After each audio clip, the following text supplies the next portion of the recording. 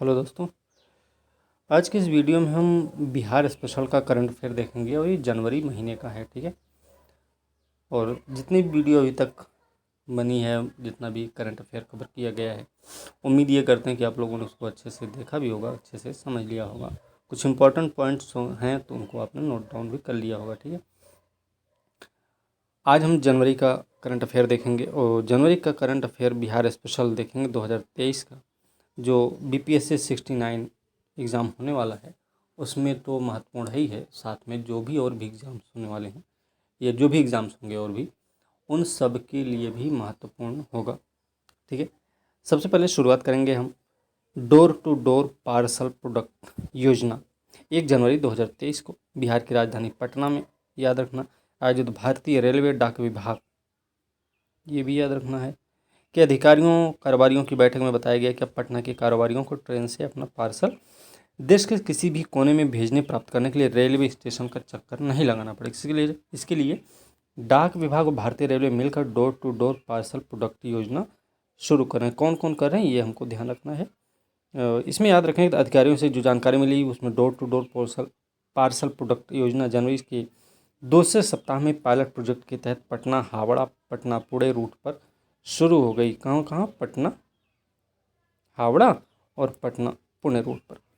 अब postman parcel को इस पर दिए गए पते पर पहुंचाएगा या लेने भी जाएगा। इसी के तहत पार्सल को बिना टूट फूट के सुरक्षित पहुंचाया जाएगा। डाक विभाग ने बजाज अलियांज बीमा कंपनी के साथ समझौता भी किया, जिसके तहत पार्सल के कुल लागत का 30% और GST प्रीमियम देकर बीमा भी करा सकते हैं। 100% बीमा का लाभ कारोबारियों को मिलेगा। इसके अलावा कारोबारियों का पार्सल को बुकिंग स्थान पर 24 से 36 घंटे के बीच पहुंच जाएगा, ये भी याद रखना है। इसके तहत 35 से 100 किलो तक का पार्सल बुक किया जाएगा। ध्यान रखना, सूत्रों से जानकारी जो मिली है इसके उपयोग के लिए एक नंबर भी जारी किया हो जाएगा। इसके अलावा ऐप वेबसाइट के जरिए भी पार्सल की बुकिंग ट्रैकिंग की सुविधा दी जाएगी। ठीक है। आगे चलते हैं। जॉइंट पार्सल प्रोडक्ट प्रणाली के तहत पार्सल कारोबारियों के घर पर से ही उठाया जाएगा। आगे है, बेगूसराय के 2 रेलवे स्टेशनों का होगा आधुनिकीकरण। बेगूसराय के बारे में आप जानते होंगे। तो 2 जनवरी 2023 को मीडिया से जो जानकारी मिली है कि रेल मंत्रालय ने स्टेशनों के आधुनिकीकरण के लिए अमृत भारत स्टेशन योजना, इस योजना का नाम याद रखना है, नाम से नई नीति तैयार की, जिसमें सोनपुर मंडल द्वारा चयनित 15 स्टेशनों की सूची में बिहार के बेगूसराय के 2 स्टेशनों को भी शामिल किया गया है। ठीक है, ये ध्यान रखना है। आगे देखें तो अमृत भारत स्टेशन योजना के तहत बिहार के बरौनी कटिहार, ये ध्यान रखना, बरौनी कटिहार रेलखंड पर स्थित लखमीनिया और साहेबपुर कमाल स्टेशन को अमृत भारत स्टेशन योजना के तहत विकसित किया जाएगा, जिन्हें विभिन्न प्रकार की उच्च क्षमता वाले नई सुविधाओं की उपलब्धता के साथ साथ पहले से मौजूद सुविधाओं को भी उन्नत किया जाएगा। जानकारी के अनुसार रेल मंत्रालय ने आने वाले वर्ष में 1000 से अधिक छोटे स्टेशनों के आधुनिकीकरण के लिए नई योजना विकसित की है और ये योजना रेल मंत्रालय के स्टेशन पुनः विकास अभियान और अमृत भारत स्टेशन योजना का हिस्सा होगा। ओके, आगे देखते हैं। योजना का उद्देश्य क्या है? रेलवे स्टेशनों की मास्टर प्लान तैयार करना है। सुविधाओं को बढ़ाने के लिए विभिन्न चरणों में मास्टर प्लान का कार्यान्वयन करना है। इसमें नई नई सुविधाएं भी रहेंगी, अपग्रेड किया जाएगा। और इसके अलावा विभिन्न ग्रेड के प्रतीक्षालय के को क्लब करने का प्रयास किया जाएगा। जहां तक संभव हो सकेगा अच्छा कैफेटेरिया, खुदरा सुविधाएं भी दी जाएंगी इनको। ठीक है, ये सारी चीज़ें याद रखना है। आगे चलते हैं, इसमें और कुछ नहीं है। ठीक है, बिहार को जल्द जोड़ा जाएगा टेफ पोर्टल से। क्या है ये? बिहार के दूरसंचार विभाग के वरिष्ठ उप महानिदेशक गिरजेश कुमार मिश्रा ने बताया कि बिहार को जल्द से जल्द टेफकॉफ, क्या है, telecom analytical for fraud management and consumer protection portal से जोड़ा जाएगा। ठीक है, जिससे राज्य के मोबाइल उपभोक्ता घर बैठे पता लगा सकेंगे कि आपके नाम पर कितने मोबाइल सिम कनेक्शन एक्टिव हैं, इनमें कितने फर्जी आईडी पर लिए गए और कब से उनका इस्तेमाल किया जा रहा है। ठीक है, साइबर क्राइम देश विरोधी एक्टिविटी में फर्जी सिमों का इस्तेमाल खासकर सूबे के सीमावर्ती क्षेत्र नेपाल, रक्सौल, पूर्णिया, कटिहार, किशनगंज, सीतामढ़ी, इन सब में बहुत ज़्यादा होता है। इन्होंने बताया टेफकॉफ जो है ना पोर्टल को विशेष तौर पर नॉर्थ ईस्ट स्टेट से जोड़ा जाएगा। मुख्य तौर पे कहाँ से जोड़ा जाएगा? नॉर्थ ईस्ट स्टेट से, ये ध्यान रखना है। इसकी शुरुआत हुई थी 2020 में आंध्र प्रदेश से। अभी तक कहाँ कहाँ लागू हुआ है? तो आंध्र प्रदेश, केरल, याद रखना, आंध्र प्रदेश, केरल, राजस्थान, तेलंगाना, अरुणाचल प्रदेश, नागालैंड, मिजोरम, जम्मू कश्मीर और त्रिपुरा को अभी तक जोड़ा गया है। बिहार एक अलग जुड़ जाएगा। तो कितने स्टेट हो जाएंगे? 1 2 3 4 5 6 7 8 9, मतलब 10वां राज्य बनेगा बिहार। ठीक है। डीओटी के वरिष्ठ महानिदेशक ने बताया कि जिस स्टेट में पोर्टल शुरू करना होता है वहाँ का डेटा एकत्र कर टेस्ट किया जाता है। इस प्रोसेस में 2-3 माह का वक्त लगता है। एक राज्य का चयन कर इसे लागू किया जा रहा है। ठीक है, आगे देखते हैं। देश के 3 शीर्ष स्थानों में बिहार का अरवल महिला थाना शामिल है। देश के 3 शीर्ष स्थानों में बिहार का जो अरवल महिला थाना है वो शामिल है। केंद्रीय गृह मंत्रालय ने बिहार के अरवल महिला पुलिस थाना को 2022 के लिए देश के शीर्ष 3 थानों में चुना है। ठीक है, देखें तो अरवल महिला पुलिस थाने का चयन अनुसंधान के और केसों के निष्पादन, अपराध रोकने की पहल, मामलों में आरोप पत्र दायर करने की तेज गति, इन सब में सर्वश्रेष्ठ प्रदर्शन के आधार पर किया गया। तो ये भी कई बार पूछा जाता है किस मामले में इसको अव्वल दर्जा मिला है। देश के सर्वश्रेष्ठ 3 थानों में ओडिशा के गंजाम जिले का अस्का थाना है। उत्तराखंड चंपावत जिले का बनवास पुलिस थाना भी शामिल है। ओके। 20 जनवरी 2023 को नई दिल्ली में आयोजित पुलिस महानिदेशक के सम्मेलन में केंद्रीय गृह मंत्री अमित शाह द्वारा इन सभी पुलिस थानों के थानाध्यक्षों को पुरस्कृत किया जाएगा। प्रथम 3 में किसी कौन सी रैंकिंग मिली इसकी घोषणा भी उसी दिन हो जाएगी। ठीक है, चलो छोड़ो इस। अब इसमें और क्या है? अरवल महिला थाने में महिलाओं के लिए बैठने की व्यवस्था, महिलाओं के साथ आने वाले बच्चों को खेलने के लिए सभी प्रकार की सुविधाएं मौजूद हैं यहाँ पे। इतना अच्छा थाना है वो। इस पुलिस थाने में दिव्यांगों, वृद्धों के लिए रैंप भी बना हुआ है। महिला तथा पुरुष हवालात अलग अलग हैं। केंद्रीय गृह मंत्रालय अपराध नियंत्रण और आम नागरिकों के साथ व्यवहार आदि मानकों पर देश के शीर्ष स्थानों का निर्धारण करता है। ध्यान रखना किन आधारों पर किया जाता है। इंस्पायर अवार्ड में 4 रैंक फिसला भागलपुर। 8 जनवरी 2023 को बिहार में सर्व शिक्षा अभियान के गुणवत्ता कोषांग के अपर मुख्य कार्यक्रम समन्वयक शिव कुमार ने बताया कि इंस्पायर अवार्ड में इस बार भागलपुर की रैंकिंग नीचे आ गई, जबकि बीते साल में भागलपुर ने सूबे में 3रा रैंक हासिल किया था। ठीक है, इस बार भागलपुर की स्थिति खराब है, 4 रैंक नीचे चला गया। इन्होंने बताया कि भागलपुर जिले के 143 बच्चे चयनित हुए। इसके बाद भी भागलपुर को सूबे में 7वां रैंक मिला है। राज्य में सरकारी स्कूलों के बच्चों को नवाचार के लिए प्रेरित करने के उद्देश्य से हर साल इंस्पायर अवार्ड का आयोजन किया जाता है। इंस्पायर अवार्ड प्रतियोगिता में भाग लेने के लिए बच्चों को ऑनलाइन निबंधन कराना पड़ता है। इस अवार्ड योजना में कोई भी छात्र नया या रचनात्मक आइडिया भेज सकता है और आइडिया का चयन नवीनता, व्यवहारिकता, सामाजिक उपयोगिता, पर्यावरण की अनुकूलता, वर्तमान तकनीक से बेहतरी के आधार पर किया जाता है। ठीक है, भागलपुर जिले के 1926 बच्चों ने इंस्पायर अवार्ड में आइडिया भेजा था, जिसमें से 143 बच्चों के आइडिया का चयन इंस्पायर अवार्ड के प्रथम चरण के लिए किया गया। चयनित बच्चों को अब आइडिया के आधार पर मॉडल बनाने के लिए विज्ञान प्रौद्योगिकी विभाग की ओर से 10-10 हज़ार रुपये दिए जाएंगे। राज्य में नटखट साइंस लैब के मार्गदर्शन वाले 7 विद्यालयों, याद रखना, के 14 छात्र छात्राओं का चयन इंस्पायर अवार्ड के पहले चरण के लिए किया गया। इसमें उत्क्रमित उच्च विद्यालय खैरा भागलपुर, भवानी कन्या मध्य विद्यालय खंजरपुर, मध्य विद्यालय रामपुर, उर्दू मध्य विद्यालय चंपानगर, मदन लाल कन्या मध्य विद्यालय भागलपुर, मध्य विद्यालय नाथनगर नंबर 1 आदि शामिल हैं। देश के 500 आकांक्षी प्रखंड कार्यक्रम में बिहार के 61 प्रखंड शामिल हैं। ठीक है, यहाँ पे जो जानकारी मिली है, केंद्र सरकार ने आकांक्षी जिला कार्यक्रम की तर्ज पर आकांक्षी प्रखंड कार्यक्रम की शुरुआत की है। आकांक्षी जिला कार्यक्रम की ही तर्ज पर आधारित है। ठीक है, 500 प्रखंडों का चयन हुआ, इसमें 61 प्रखंड बिहार से के ही हैं, याद रखना है। कई पैमाने पर पिछड़े प्रखंडों को आगे लाने के लिए शुरू की गई आकांक्षी जिला कार्यक्रम के तहत प्रखंडों के चयन के लिए नीति आयोग ने मानक तय किया है। ये बात याद रखनी भैया, नीति आयोग ने मानक तय किया है। प्रखंडों का चयन करने के लिए नीति आयोग ने प्रति व्यक्ति आय जनसंख्या को आधार बनाया। प्रति व्यक्ति आय को 75%, जनसंख्या को 25% वेटेज दिया गया है।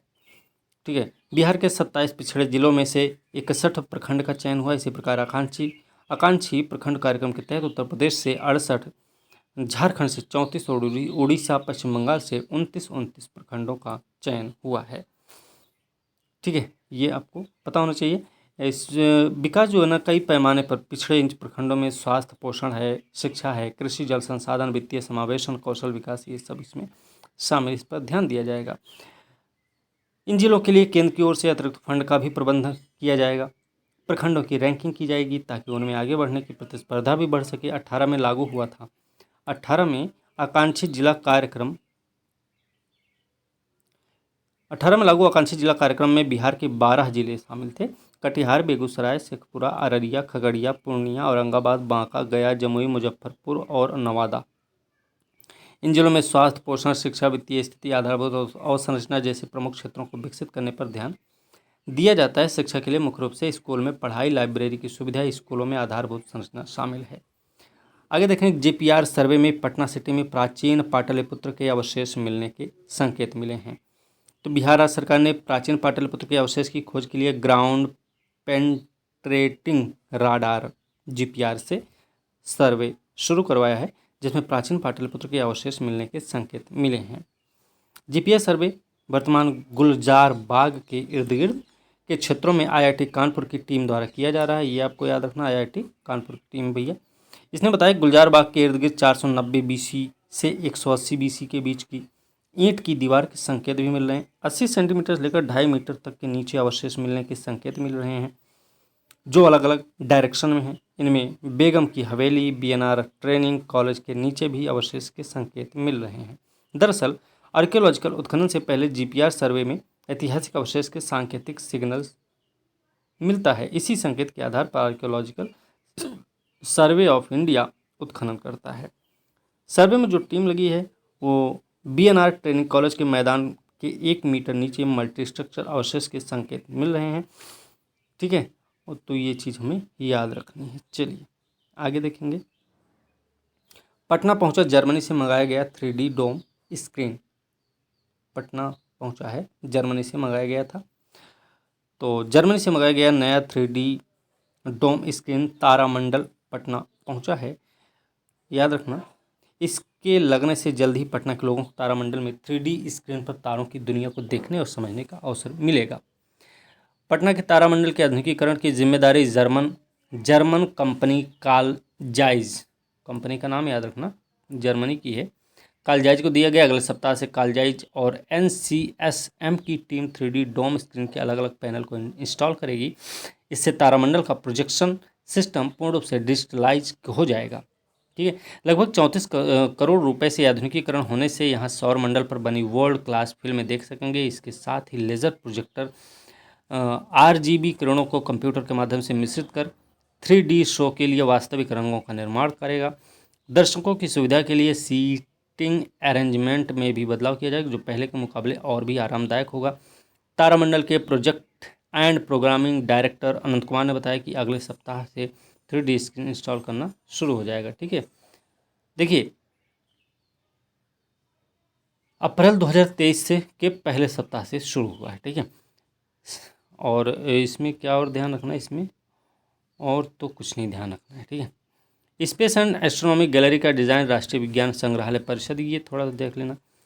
स्पेस एंड एस्ट्रोनॉमी गैलरी का डिज़ाइन राष्ट्रीय विज्ञान संग्रहालय परिषद की टीम द्वारा किया गया है। गैलरी के निर्माण में नवीनतम तकनीक का इस्तेमाल करते हुए LED screen, laser based projector, updated display technique का इस्तेमाल किया जाएगा।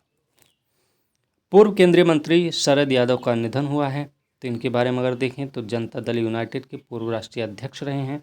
75 साल की उम्र में इनका निधन हुआ है। गुरुग्राम के एक अस्पताल में हुआ है। ठीक है, 1 जुलाई 1947 को मध्य प्रदेश के होशंगाबाद जिले के बाबई गांव में इनका जन्म हुआ था। याद रखना, 74 में मध्य प्रदेश के जबलपुर से एक उपचुनाव में लोकसभा के लिए चुने गए थे।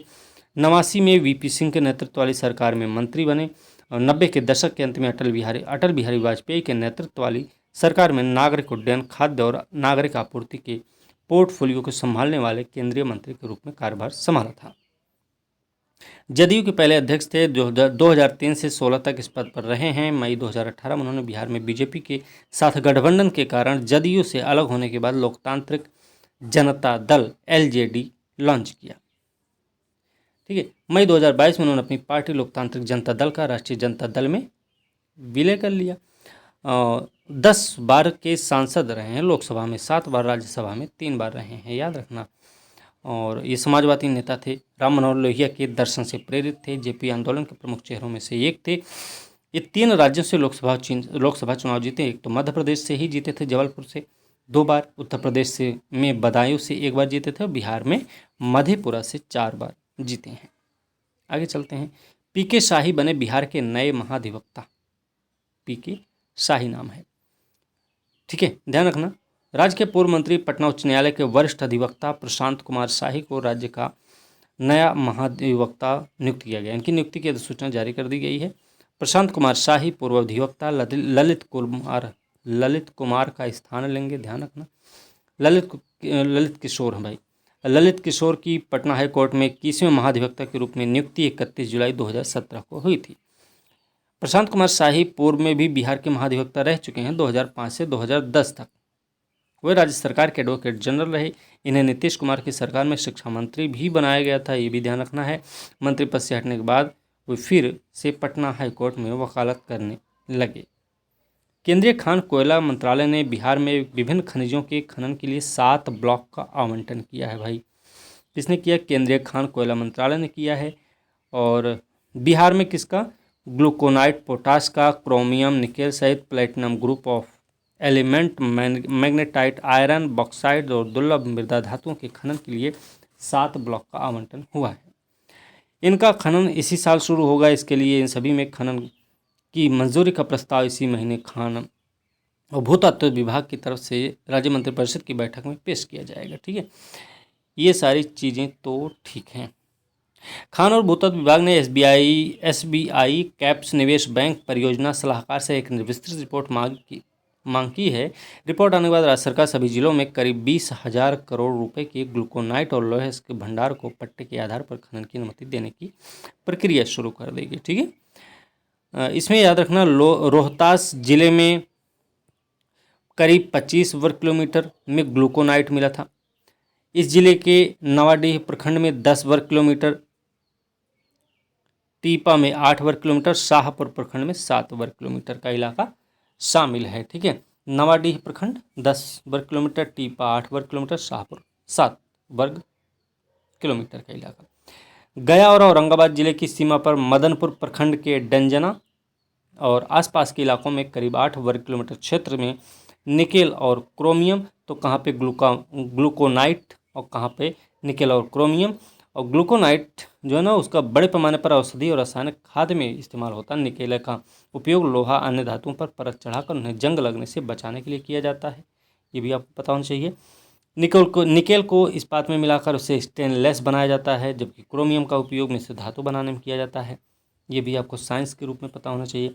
स्टील को अधिक कठोर बनाने, चर्म शोधन में काम आता है। मानव शरीर में ग्लूकोज को नियंत्रित करने में भी कारगर होता है। शीशे को हरा रंग देने, क्रोम प्लेटिंग समेत अन्य कार्यों में प्रभावी होता है। इसका उपयोग तेल उद्योग में उत्प्रेरक, इलेक्ट्रिकल इंजीनियरिंग और जंग अवरोधक के रूप में भी किया जाता है। पूर्व DGP सिंघल केंद्रीय चयन परिषद के अध्यक्ष बने हैं। बिहार राज्य सरकार ने पूर्व DGP SK सिंघल को केंद्रीय चयन परिषद के नए अध्यक्ष के रूप में नियुक्त किया है। गृह विभाग से सूचना मिली है। तो वर्तमान जो अध्यक्ष थे KS द्विवेदी के कार्यकाल की विस्तारित अवधि 20 जनवरी 2023 को पूरी हो गई। 20 जनवरी तक रहे हैं KS द्विवेदी, उन्हीं की जगह पर आए हैं सिंघल साहब। ठीक है, याद रखना। सरकार ने अगले 3 वर्षों के लिए SK सिंघल को चयन पार्षद का अध्यक्ष बनाया है और 19 दिसंबर 2022 को SK सिंघल DGP के पद से रिटायर हुए थे। ठीक है, चलिए आगे देखेंगे। पटना और मुजफ्फरपुर में जियो ट्रू 5G सेवा लॉन्च हुई है। बिहार की राजधानी पटना और दूसरा मुजफ्फरपुर शहर में। तो याद रखना, पटना के शहरी क्षेत्र पटना साहिब से लेकर दानापुर, मुजफ्फरपुर के शहरी क्षेत्र में अब जियो ट्रू 5G का कवरेज मिलेगा। 2023 तक बिहार दिसंबर 2023 तक बिहार और झारखंड के हर कस्बे हर गांव में जियो ट्रू 5G का उपलब्ध हो जाएगा भाई, ये उन्होंने बताया है कंपनी वालों ने। ठीक है, और इसके अलावा एक चीज़ याद रखना, लॉन्चिंग पर जियो प्रवक्ता ने कहा कि देश भर में ट्रू 5G रोल आउट की स्पीड्स को हमने और तेज़ कर दिया है, क्योंकि हम चाहते हैं कि 2023 में प्रत्येक जियो उपयोगकर्ता को जियो ट्रू 5G टेक्नोलॉजी का फ़ायदा मिल सके। ठीक है, ये हमें ध्यान रखना भैया। जियो की ट्रू 5G सेवाओं के लॉन्च के साथ ही इस क्षेत्र के उपभोक्ताओं को न केवल सबसे अच्छा दूरसंचार नेटवर्क मिलेगा, बल्कि ई गवर्नेंस, शिक्षा, automation, artificial intelligence, gaming, health care, कृषि, IT के क्षेत्रों में भी विकास के अवसर मिलेंगे। बिहार में 1364 करोड़ रुपए की लागत से होगा कोयल नहर का निर्माण। कोयल नहर भैया है, तो याद रखना बिहार के नवीनगर जल संसाधन विभाग के एग्जीक्यूटिव इंजीनियर उमेश कुमार ने बताया कि बिहार में उत्तर कोयल नहर पुनर्निर्माण का रास्ता साफ हुआ है, इसका DPR तैयार किया गया है। ठीक है, इन्होंने बताया DPR तैयार करने के लिए औरंगाबाद के अधीक्षण अभियंता वीरेंद्र प्रसाद को नोडल पदाधिकारी भी बनाया गया। किसको पदाधिकारी बनाया गया? तो वीरेंद्र प्रसाद को बनाया गया है, ये ध्यान रखना। 1364 करोड़ रुपए की लागत से झारखंड बिहार बॉर्डर के 103 RD से लेकर गया जिला स्थित नहर के अंतिम छोर तक 9 RD तक नहर का पुनर्निर्माण किया जाएगा।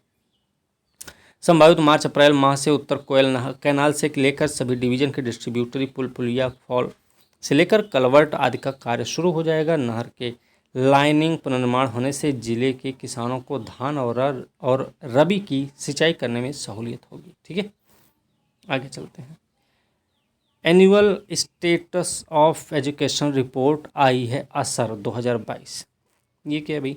असर 2022 के अनुसार बिहार के स्कूलों में पढ़ रहे बच्चों की अंग्रेजी गणित की क्षमता में इजाफा हुआ है, साथ ही निजी कोचिंग में बच्चों की रुचि बढ़ी है। ठीक है, इसके अनुसार बिहार के प्राथमिक स्कूलों में विद्यार्थियों और शिक्षकों की उपस्थिति भी बढ़ी, जबकि 15-16 साल की अनामांकित लड़कियों का अनुपात घटा है। रिपोर्ट के अनुसार बिहार में कक्षा 5 के बच्चों में अंग्रेजी पढ़ने की क्षमता में 16 से 22 के बीच करीब 3% की बढ़ोतरी हुई है।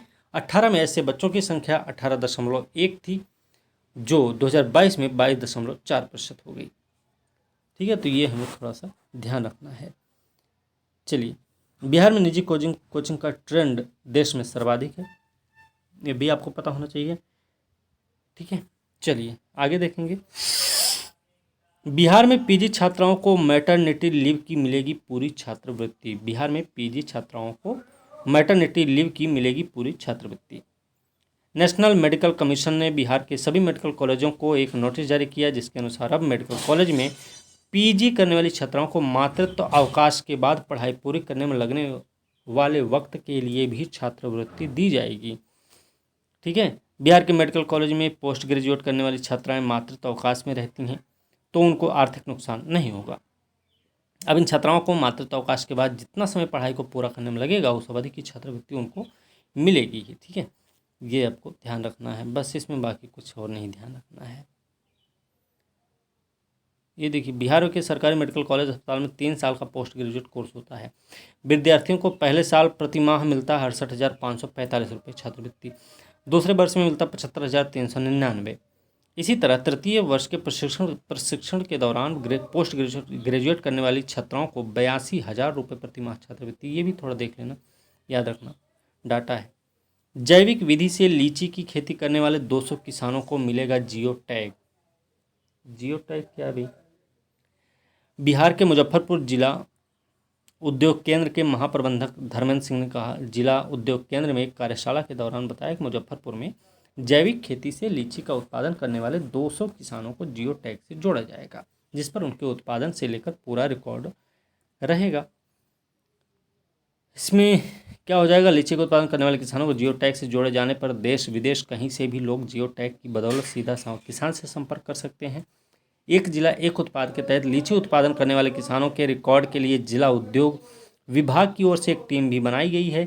एक जिला एक उत्पाद का मुख्य उद्देश्य क्या है? प्रोडक्ट की मार्केटिंग करना। ऐसे में लीची की मार्केटिंग के लिए पूरी कार्य योजना तैयार की गई है।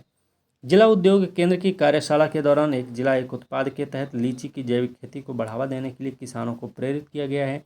इन्वेस्ट इंडिया की नचिकेता ने बताया कि लीची की जैविक खेती से किसानों को ज़्यादा से ज़्यादा लाभ मिल सकेगा। उन्होंने ज़िले के छोटे किसानों के एक साथ मिलकर या फिर एफपीओ बनाकर लीची की खेती के बारे में जानकारी दी और लीची के बाग में हल्दी, सरसों, अदरक आदि की फसल के लाभ के बारे में भी बताया है। ठीक है, आगे देखेंगे। पटना विश्वविद्यालय के छात्र जाबिर अंसारी ने अखिल भारतीय कराटे स्पर्धा में स्वर्ण पदक जीता। भाई, अटल बिहारी वाजपेयी विश्वविद्यालय बिलासपुर छत्तीसगढ़ में आयोजित हुआ था। याद रखना ये चीज़, कहाँ पर आयोजित हुआ था?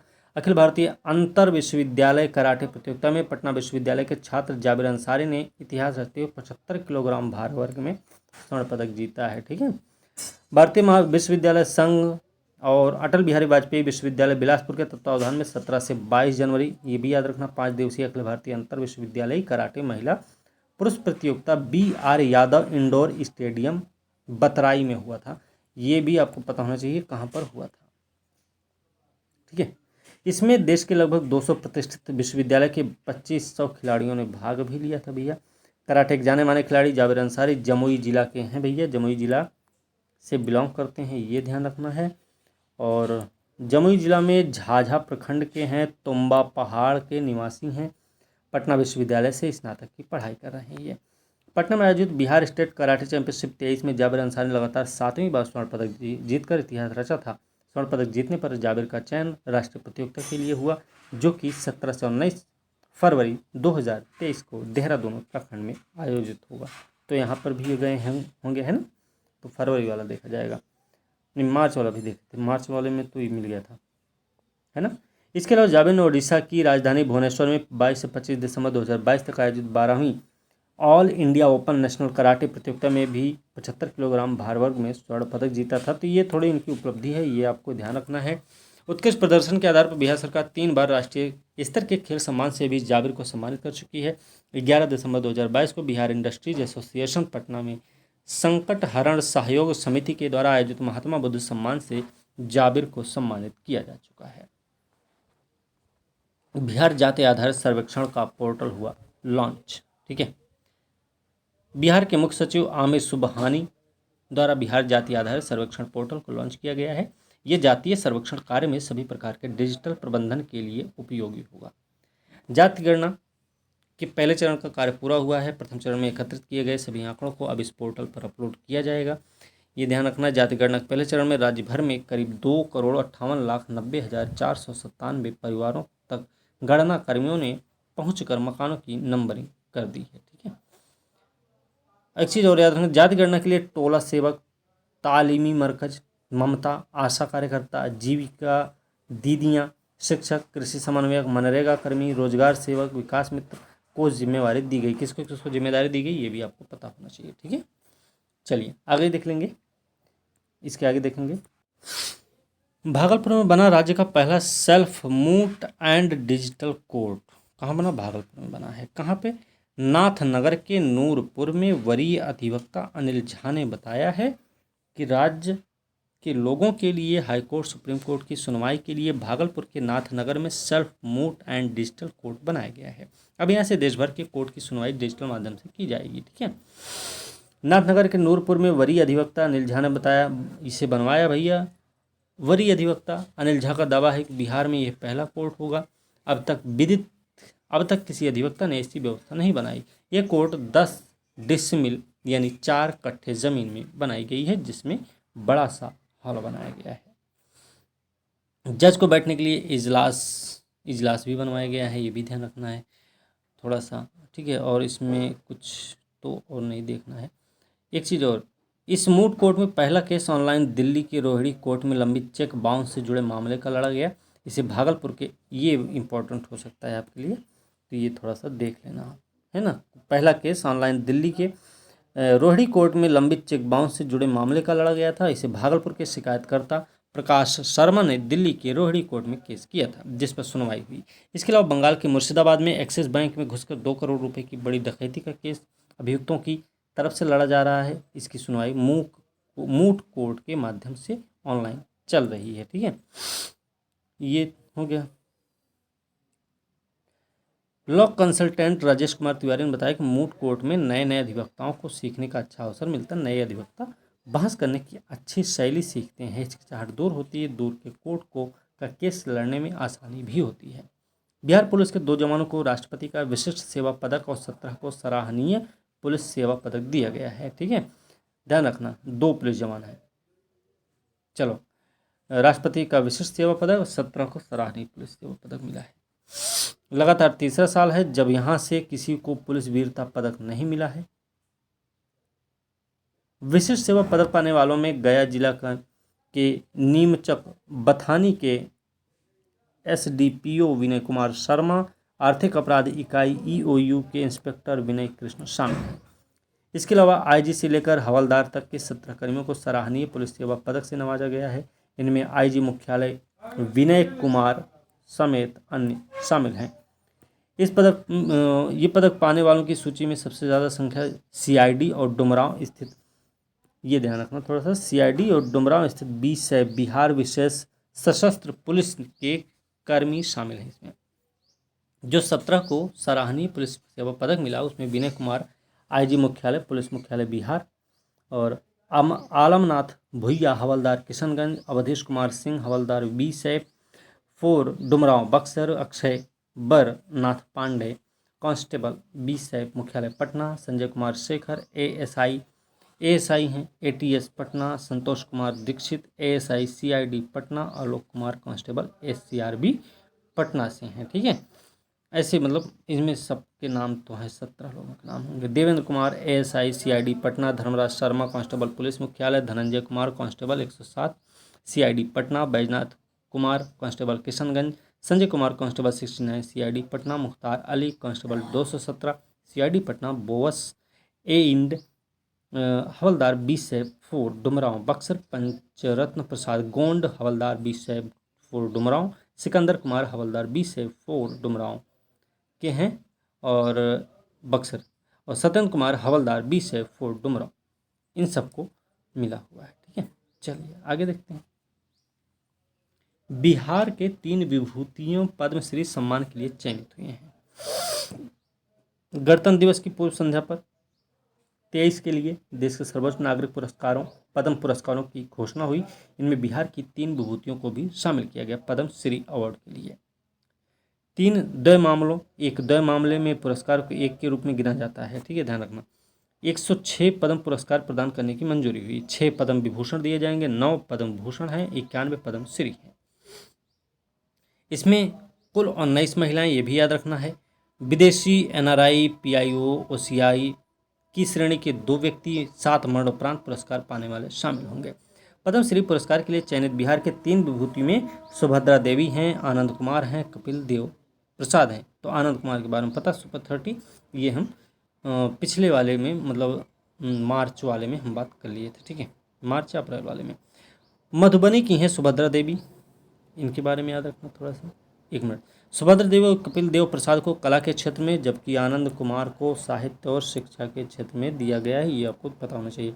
मधुबनी की हैं सुभद्रा देवी, पेपर में सी आर्टिस्ट हैं, इस कला को लोगों तक उन्होंने पहुंचाया। नालंदा के कपिल देव प्रसाद नालंदा के हैं, याद रखना। 52 बूटी कला को एक पहचान दी है, उनके द्वारा इस कला से निर्मित साड़ियाँ काफ़ी पसंद की जाती हैं। सुपर 30 संस्थापक आनंद कुमार एक गणितज्ञ होने के साथ साथ कई राष्ट्रीय अंतर्राष्ट्रीय स्तर की पत्रिकाओं के संपादक रह चुके हैं। ठीक है, चलिए आगे देखते हैं। ये पुरस्कार कला, सामाजिक कार्य, सार्वजनिक मामले, विज्ञान, इंजीनियरिंग, व्यापार, उद्योग, चिकित्सा, साहित्य, शिक्षा, खेल, सिविल सेवा, इन सब के लिए दिया जाता है। असाधारण विशिष्ट सेवा के लिए पद्म विभूषण, उच्च स्तर की विशिष्ट सेवा के लिए पद्म भूषण, और किसी भी क्षेत्र में विशिष्ट सेवा के लिए पद्मश्री से सम्मानित किया जाता है। ओके, चलिए आगे देखेंगे। प्रधानमंत्री formalisation of micro food processing enterprises योजना में बिहार देश में पहले नंबर पे है। प्रधानमंत्री formalisation of micro food processing enterprises योजना में बिहार देश में पहले नंबर पे है। तो हमें ध्यान रखना, बिहार पहले नंबर पे हुई है। प्रधान सचिव संदीप पौंड्रिक के मुताबिक अब तक देश में सबसे अधिक 450 लोन केस बिहार के मंजूर हुए हैं। पिछले 2 वित्तीय वर्ष में पूरे बिहार में मात्र 20 लोन केस मंजूर हो पाए थे। चालू वित्तीय वर्ष में बिहार में 2050 लोन स्वीकृत करवाने का लक्ष्य है। बिहार की तुलना में वर्तमान चालू वित्तीय वर्ष में अब तक महाराष्ट्र में 205, तेलंगाना में 296 लोन के स्वीकृत हो सके हैं। शेष राज्यों की स्थिति इससे भी कमज़ोर है।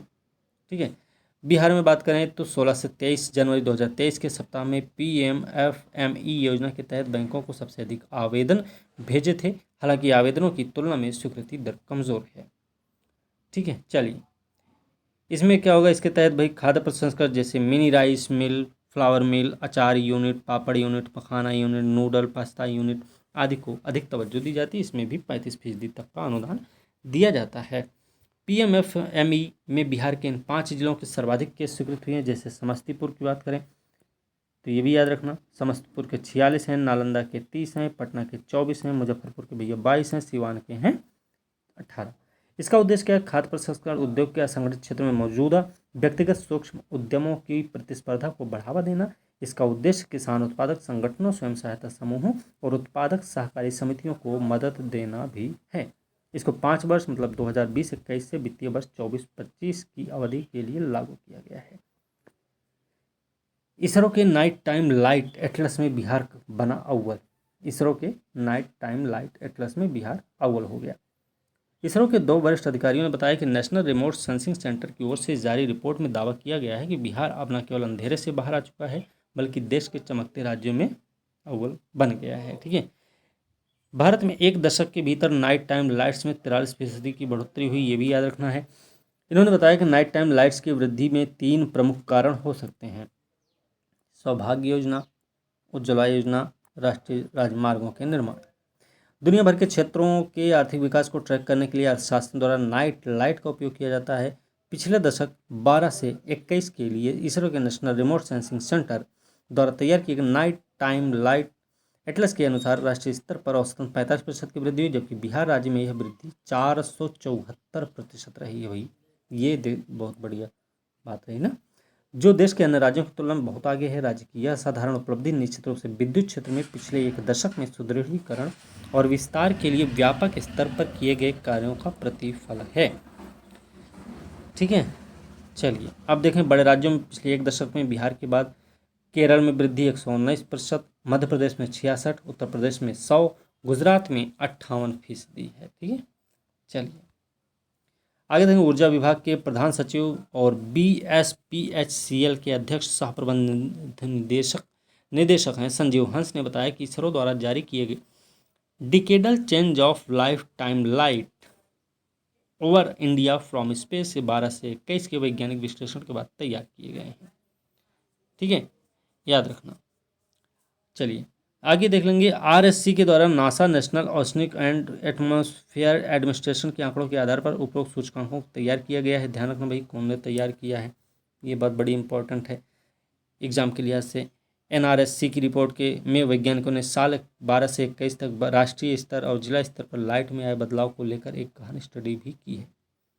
पटना के 4 सरकारी सुपर स्पेशलिटी अस्पताल होंगे स्वायत्त।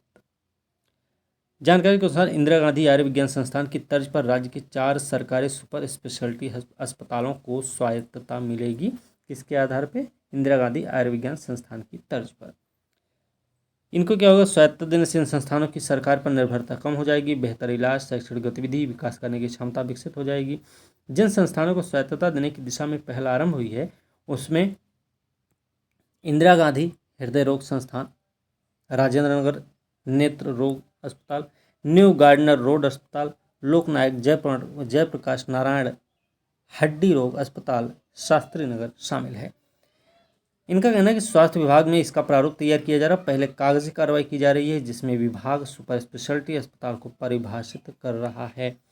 इसके अलावा स्वायत्त संस्थानों में शक्ति को परिभाषित किया जा रहा है, जिससे संस्थान को संचालित करने की शक्ति किन किन पदों को सौंपी जाएगी, निदेशक की नियुक्ति किस विधि से की जाएगी, ये सब कुछ इसमें रहेगा। ठीक है, ये सब ज़्यादा देखने की जरूरत नहीं है।